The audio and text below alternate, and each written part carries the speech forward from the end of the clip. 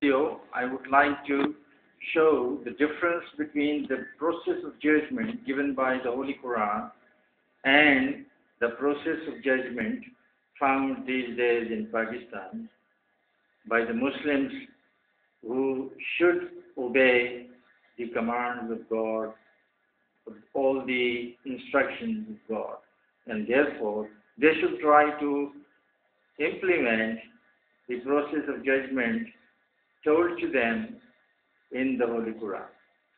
I would refer to chapter number 38, verses 22 to 26. In these verses, there is a judgment told about King David, and two persons came before him. David was also a prophet, and they were disputing with each other, and they wanted judgment from Dawood alayhi salam. One brother says that he is my brother, but he has 99 sheep, and he wants my sheep included in his 99 so that he may have 100. I have only one. And he talks to me in such a way that he dominates me in the talk, and he tries to force me to take away my only sheep. Now here, there is a judgment given by Prophet Dawood, and he says that you are doing something wrong because you want that one sheep belonging to your brother may be included in your 99 sheep. And generally those people who work together or who have a common business with each other, and they generally do such things because of greed.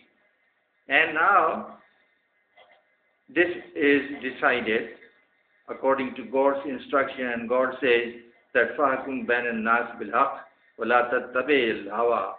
And the important thing is that Prophet Dawood worked in the best interest of the law given by God, and not according to his own opinion or according to his own desires. This is what God has asked us to do.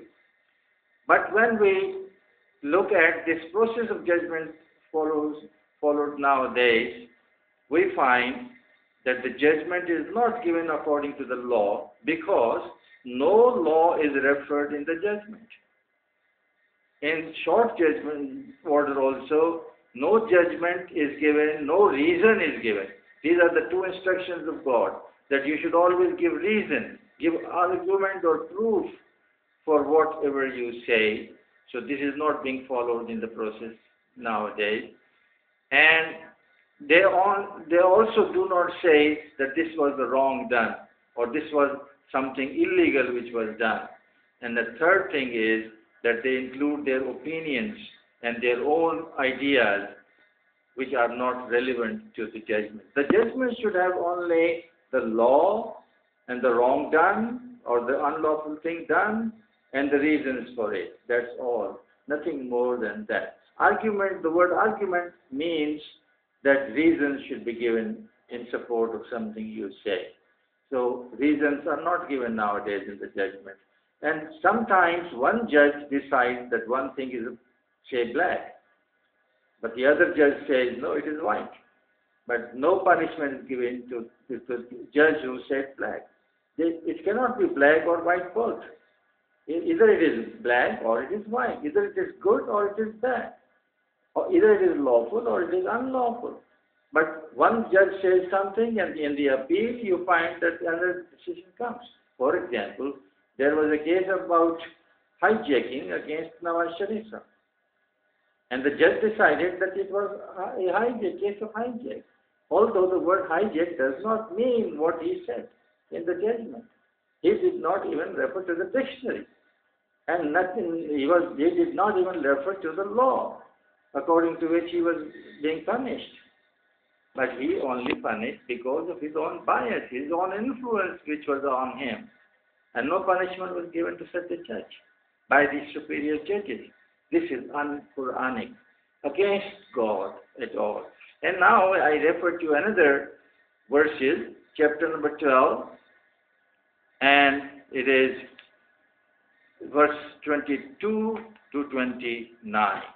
And in these verses, we find that the important principle was that God gave a prophet, Yusuf alayhi salam, hukman, that means judgment, and ilm, knowledge. So these are the two important things for every judge, that he should have the skills of judgment. How to decide, how to judge, how to decide who is wrong and who is right, with reasons. And number two, that he must have full knowledge of the law, and therefore he does not need any lawyer to help him in the court. He should know the law. If there are, say, 7 judges in a court deciding a case, they are enough. They should all know the law. Why should the lawyer help them? Why are they asking the lawyer about the law? They know the law. So here, the case is that Joseph was invited by a woman, and the woman closed the doors and said, all right, you come on now. Yusuf wanted to, but then after all, he was a prophet, he was guided by God, and he refused to accept the invitation. So he ran away from there, and then the woman got the back part of the shirt.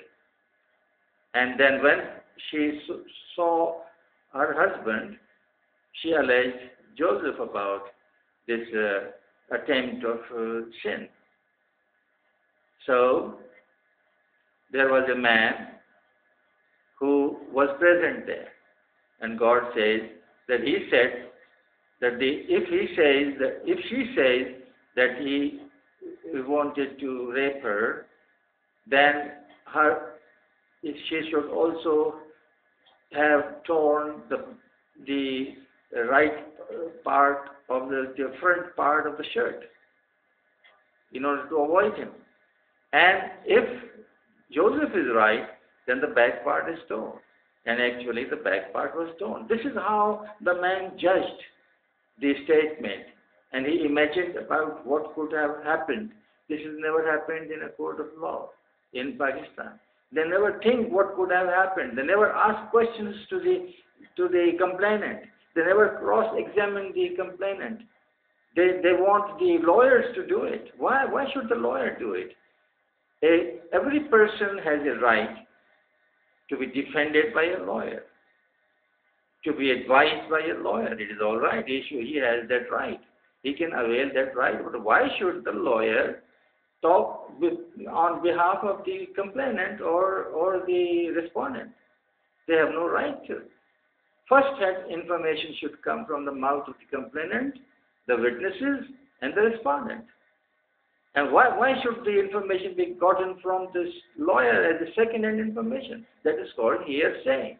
That is not direct statement. So all the questions should be asked by the judge himself to examine and cross-examine all these persons. And these persons should be, first of all, according to the Quran, given an oath that I am saying everything in the presence of God, and that I believe that someday God will ask me about all my actions, and that God is present here, and God is listening to us, and He sees whatever we are doing, and I therefore say that whatever I will say will be true, and that if I say something wrong, God's curse and punishment be on me, as well as other persons' punishment and curse should be on me. This is the right way to take an oath. But here in Pakistan, it doesn't happen. Everybody is free to tell lies. Everybody is free to hide facts. Lawyers help them to hide facts and tell them to hide facts. For example, I give you a case which is now being heard in the courts. I won't name the persons or the judges, but I will tell you that there was a case, something happened with my friend. What happened? He was a victim of cheating and fraud, and how the man was very clever. Say Mr. A was very clever, and he asked Mr. B, my friend, that he should have two agreements with him. One agreement contained of selling the half of his plot on which his business was running, and the other agreement said that you and me together, A and B together, will have a kind of partnership deed, and they will build a five-story building on this plot, because they cannot build the building on the plot if he does not own something. So when he wanted to purchase half of the land, and he promised that the whole business company will again be established on the same ground floor of the plot, but it will be sold by the company to that person, Mr. B, on 5% discount. So he fell into the trap, and he then asked him to hand over the actual property papers so that he may get permission from the building authority. And the poor fellow was illiterate, he was not very much educated, he became a fool, and he believed him, trusted him, and handed over the papers. But the clever person, Mr. A, deposited all the papers against a loan of 25 million with a bank, say C Bank. And he also forged his signature, Mr. B's signature, on the documents, because the man who was dealing with him, the loaning officer, he received some bribe from him, say about 35 lakhs of rupees. And in this way, some papers were prepared, and this was a secret. Mr. B, my friend, did not even know anything about it, and he was kept on the promises that soon he would be building a plot. My friend, Mr. B, lost his shop, which was demolished, and Mr. A was so clever that he gave him the possession of his own shops, which for the time being, without any rent, and he shifted into those shops. In this way, my friend Mr. P was happy, but after a few months, say 5 to 6 months, he came to know through some sources that the man had cheated him, and that he had taken a loan of 25 million, and he had spent it on himself only without informing him.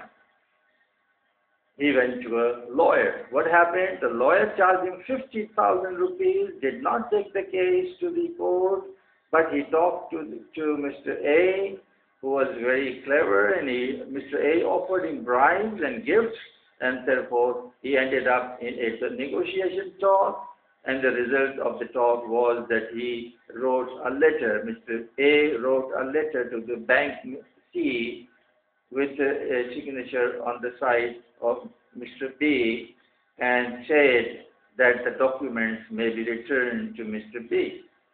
But when the letter was taken to Bank C, the officer receiving this statement or this